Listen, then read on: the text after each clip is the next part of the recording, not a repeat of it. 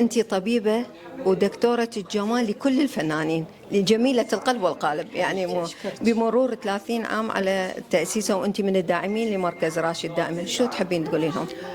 طبعا يسعدني جدا اني اكون معاكم اليوم.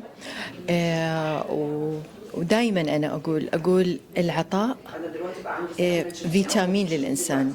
الانسان اللي يحث على العطاء ويشتغل على العطاء، خاصة في الفترة اللي اشتغلت فيها مريم، ومريم طبعا أوجه لها تحية، صديقة وحبيبة وأخت.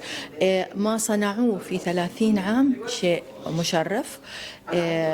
دائما أنا لما أزورهم أحس أنه فعلا هذه الفئة من الأطفال أصحاب الهمم هم من يعيشون في عالم طبيعي، ونحن من نعيش في عالم مليء بالإعاقة، لأنه عالمهم عالم شفاف، لا يوجد فيه أحقاد، ولا يوجد فيه حروب، ولا يوجد فيه